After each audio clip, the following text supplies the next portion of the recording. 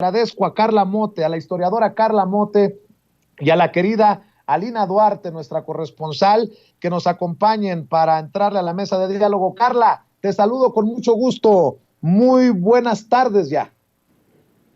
Hola, querido Vicente, muy buenas tardes y pues yo aquí muy agradecida por la invitación. Gracias, Carla. Querida Alina, ¿cómo andas?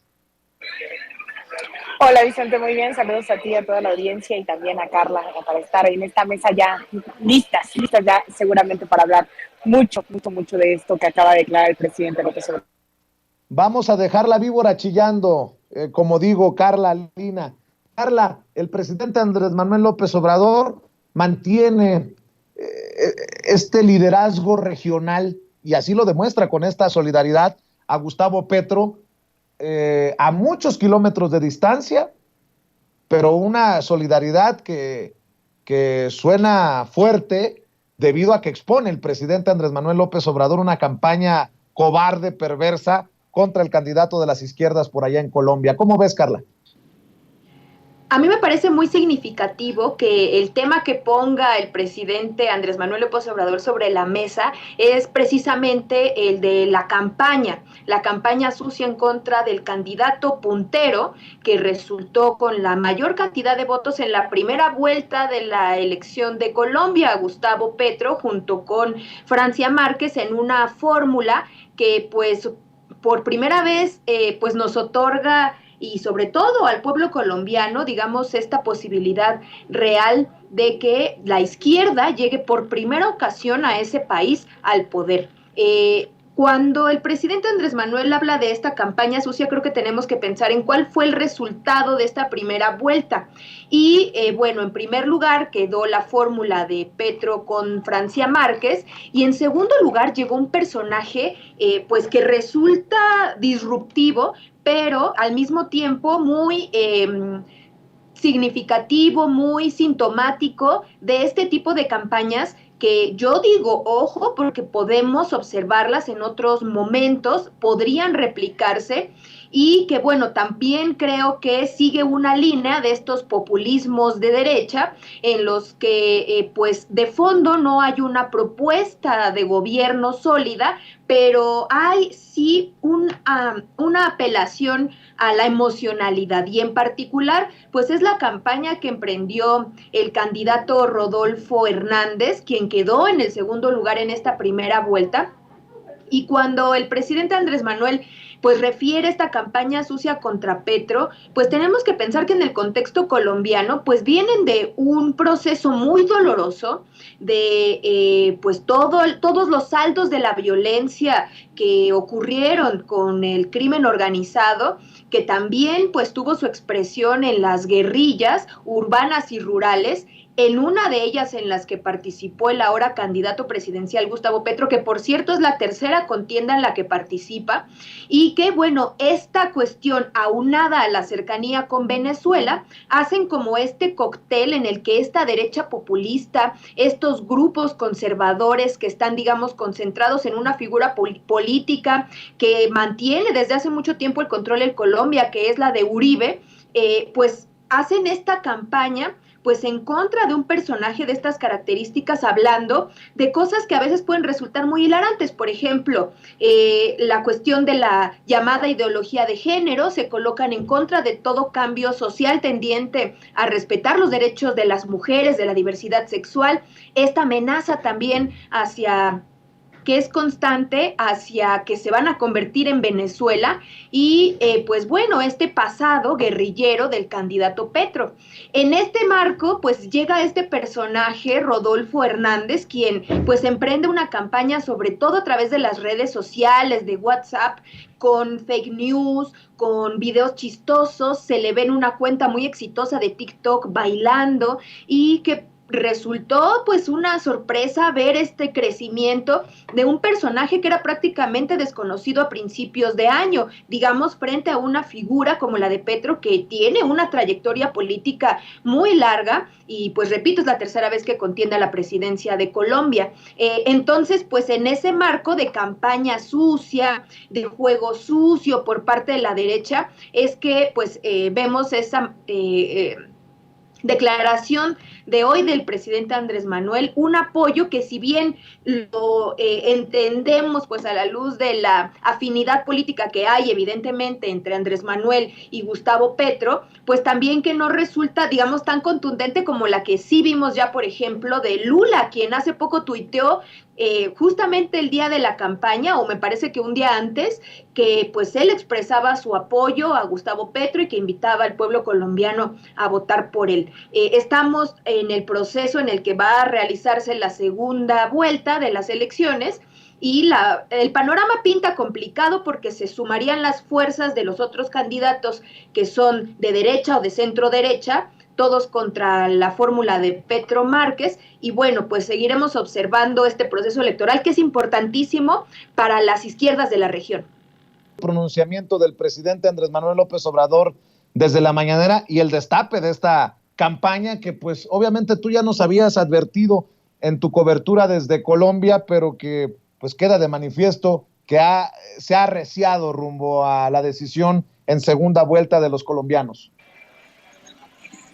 Pues mira, en realidad es difícil no creer que un López Obrador se identifique con un Gustavo Petro, especialmente por todas las similitudes que hay dentro de este proceso de conformación de un liderazgo de cara a la candidatura presidencial.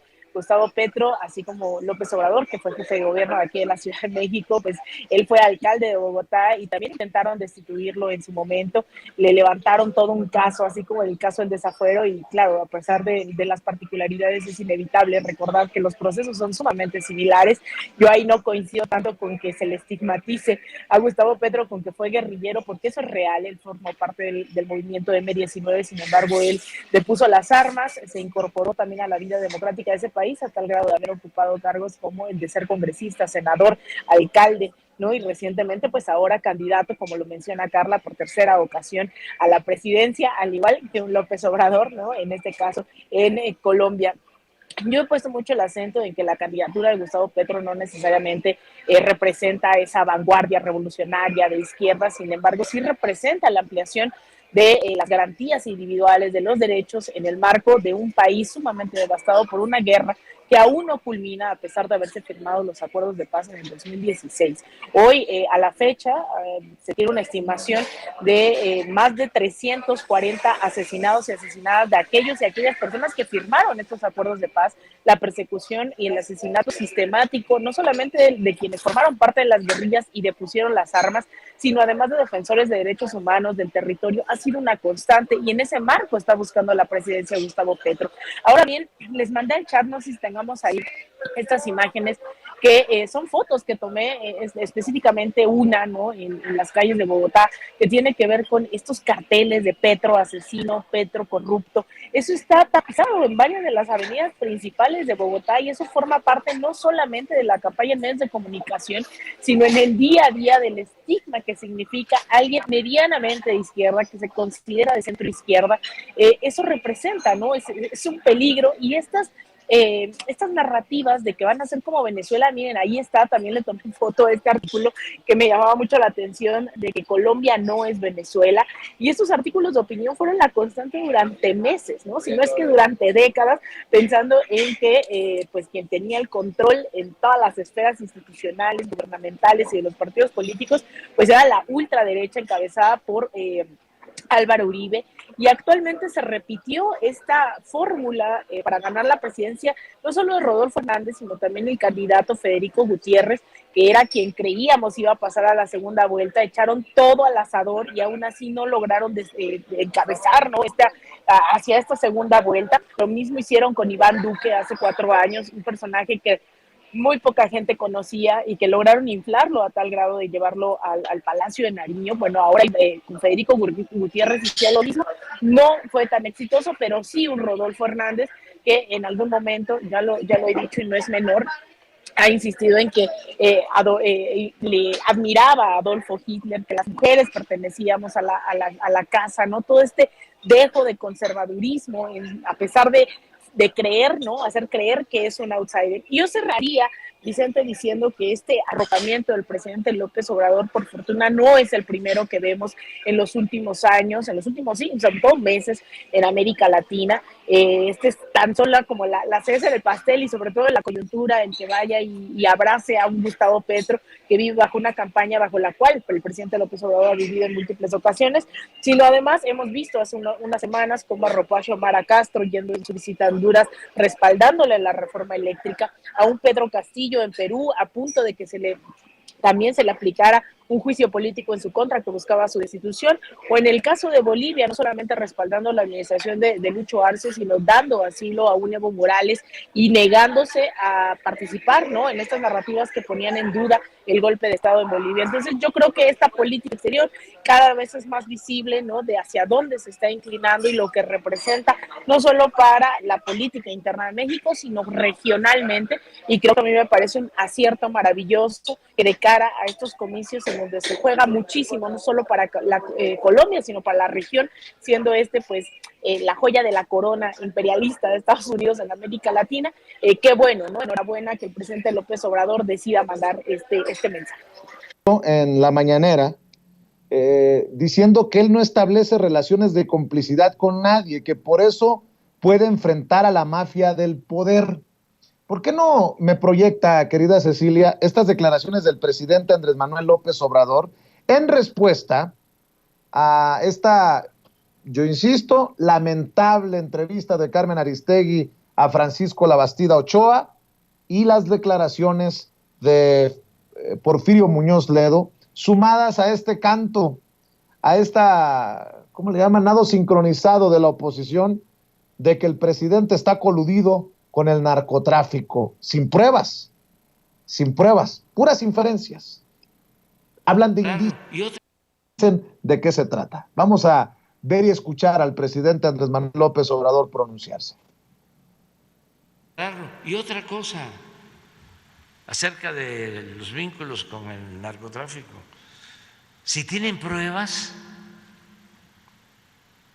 que las presenten, que dejen de calumniar. Es muy lamentable, vulgar, bajo, pero tampoco crean que me preocupa mucho.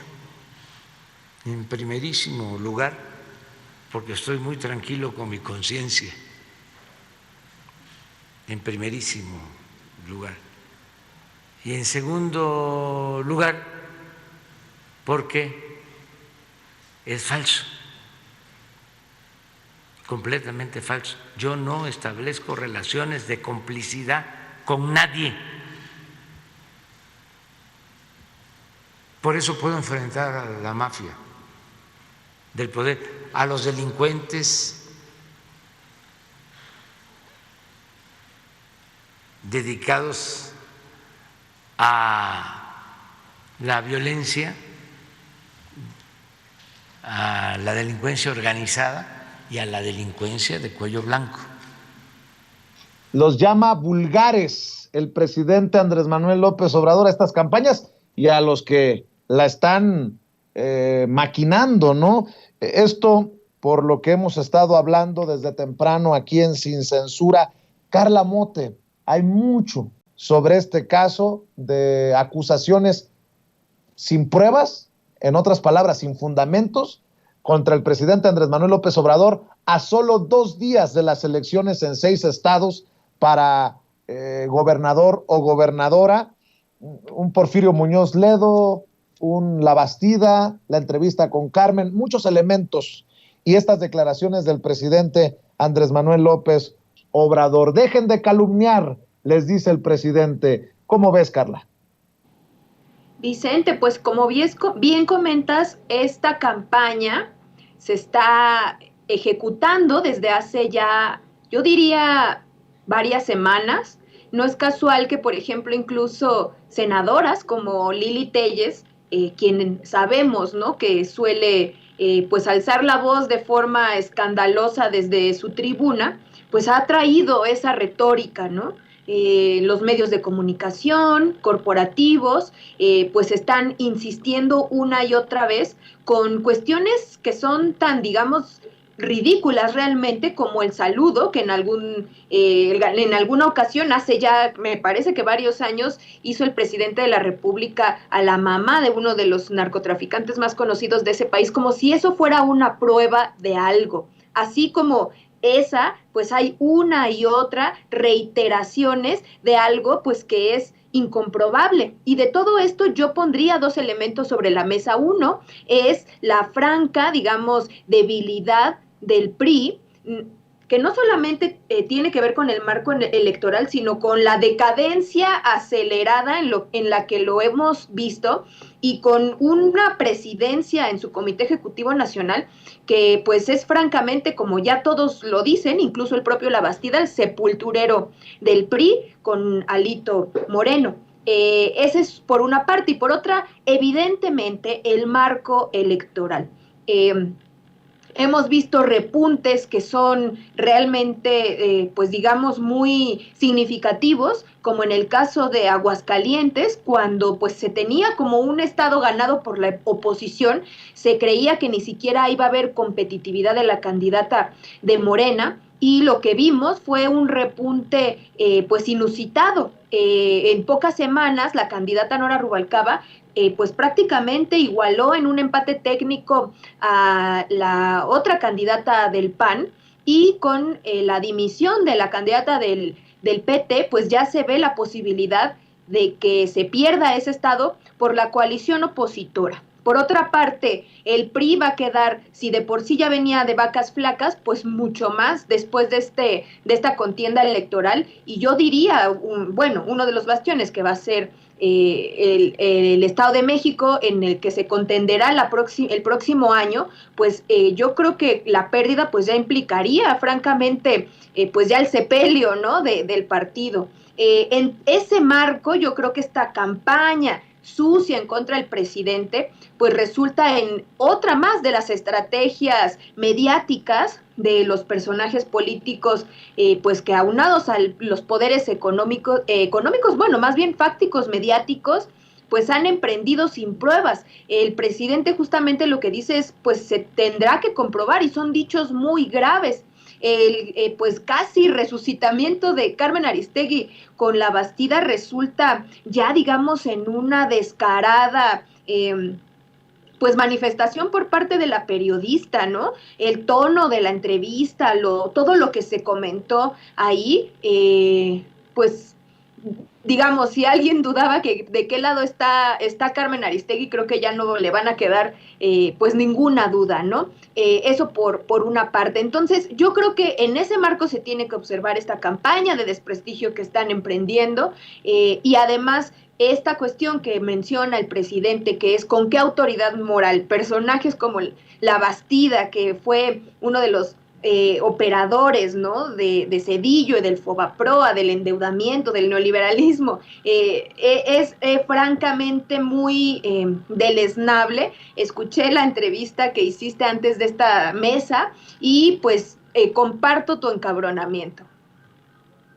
Gracias, querida Carla, que creo que es el encabronamiento de millones de personas que se frustran ante estas situaciones. Querida Lina Duarte, no exagero si pienso, porque soy muy mal pensado, que tú eres una de esas también encabronadas. Mi querida Lina, escucho tus opiniones. Pues mira, Vicente, yo creo que se vale, ¿no?, un cuestionamiento a la política y estrategia de seguridad nacional que durante años hemos tenido, ¿no?, que repensar y que cuestionar, sobre todo en un país que, así como hablábamos hace unos minutos sobre Colombia, ¿no?, hemos estado, y que creo que también parte de esta, hemos estado bajo una guerra civil, y que parte de esa guerra explica también este triunfo demoledor de un Andrés Manuel López Obrador en julio del 2018. Creo que eso se vale, creo que se tiene que cuestionar. Lo que no se vale es hacer este tipo de declaraciones, además, no solamente hacer las pruebas, sino además olvidando que el origen justamente de todas estas alianzas que hoy tenemos en un país funcionando, el narcotráfico y cierta ciertos funcionarios, ¿no?, de la vida política, de la vida pública de este país, se originaron justamente con estos partidos que hoy pues realmente no están ofreciendo una salida más que volver al pasado y olvidarnos, ¿no?, ese pacto de impunidad de dónde surgieron grupos paramilitares en este país, de dónde surgieron estas alianzas contra el narcotráfico. Y el caso de Ayotzinapa, por ejemplo, es una de esas grandes pruebas de dónde estábamos antes también del 2018, y que de la noche a la mañana esto no se puede cambiar, ¿no?, que muchas veces hemos hablado aquí de los periodos de transición y de realmente asentar proyectos hacia el futuro que nos logren sacar de esta espiral de violencia. Yo creo que también hay que pensar de dónde surgieron estos grupos del narcotráfico, bajo la anuencia de qué gobiernos, de qué gobernadores, de qué municipios, etcétera, etcétera. Y vamos a aprender que estos partidos que hoy están haciendo estas declaraciones infundadas no toman responsabilidad en sus actos, ¿no? Y esto sin dejar de lado pues obviamente las elecciones del próximo domingo, donde entiendo están desesperados, donde se están jugando su existencia misma y donde la gente les está dando la espalda, porque creo que es muy difícil que vengan con ciertas declaraciones a querernos convencer de lo que que nos quieran plantear una realidad paralela a lo que estuvimos viviendo durante las décadas donde ellos gobernaron.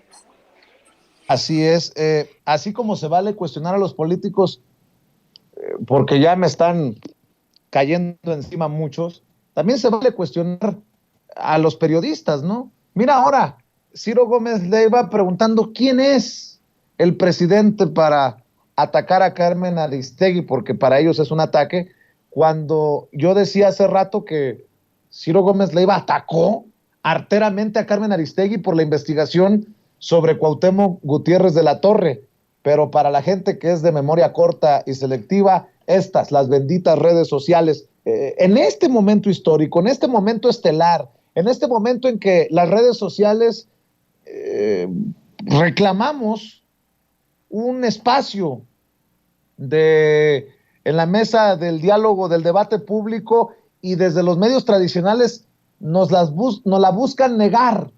Y ahora entiendo por qué. Pues, ¿cómo? No entiendo a veces. Bueno, sí entiendo. Hay muchos intereses de por medio, pero dame tu opinión, tu reflexión para cerrar, Carla Mote. Mi reflexión es que estamos asistiendo a la pérdida de poder de los medios corporativos, de los medios hegemónicos, que habían tenido muchísima influencia en el debate público, que prácticamente ya eran los creadores, ¿no?, y moldeadores de la opinión pública, que podían con la mano en la cintura crear a un candidato presidencial a través de presentarlo en sus horarios estelares. La gran modificación que yo reitero una y otra vez, que fue la primera que ocurrió en el marco de la Cuarta Transformación, fue justo la de los medios de comunicación, la de arrebatarles la batuta del orden informativo, de la opinión, de la creación de una agenda pública noticiosa. El presidente de la República con sus conferencias se los arrebató, a la par de que a nivel global pues vemos, digamos, la consolidación de esta nueva forma, ¿no?, de interactuar con los medios. Espacios como el tuyo es un claro ejemplo. Y dentro de ese cuestionamiento viene justamente lo que implica como audiencias tener la posibilidad de conocer cuál es la línea editorial de quienes están informando. Ahora me parece que, a diferencia de otros momentos, pues nos queda más o menos claro, ya no es vigente, digamos, este cuento de que hay neutralidad en los medios de comunicación, ellos simplemente informan sin tener digamos, un lado de la balanza. Y eso ahora es muy nítido. Y bueno, lo que el presidente ha ejecutado también a partir de sus propios espacios y de al haber arrebatado este poder a los medios, pues es poner eso sobre la mesa. ¿Quién financia los medios? ¿Cuáles son sus líneas editoriales? ¿Por qué es importante que como ciudadanía lo tengamos muy presente? A mí me parece francamente ridícula, pues digamos, esta actitud de tirarse al piso y decir que eso implica censura o que eso implica persecución, como se lo están reiterando al presidente en muchísimos espacios, cuando venimos de una historia en la que sí había clausura de medios privados por parte del poder político, había persecuciones, había, por ejemplo, este gasto millonario que se hizo con Pegasus en su momento para espiar periodistas, había control del Estado mexicano sobre los medios de comunicación. Estamos asistiendo a una modificación y a mí me congratula mucho que espacios justamente como el tuyo, querido Vicente, estén, digamos, ahora tomando lo que nos corresponde, que es el poder ciudadano de hacer opinión desde esta trinchera que no es la empresarial ni la corporativa. Gracias por tus generosas palabras, Carla Mote. Por cierto, acertamos a la gente para que te lea, para que te siga en redes sociales, en fin, desde tus trincheras hay que apoyar también los espacios independientes como en los que tú participas, querida Carla. Muchísimas gracias, Vicente. Pues sí, aprovecho para invitarles a que me lean mis opiniones a título personal en mi Twitter, que es @carlamote. Y bueno, también escribo en El Soberano quincenalmente. Ahora acabo de estrenar una columna quincenal en el Sistema Público de Radiodifusión. Y bueno, también aprovecho para invitarles a conocer y leer el periódico feminista La Regeneración. Muy bien, gracias, Carla. Alina Duarte, vamos a cerrar con tu opinión y escucho tu reflexión.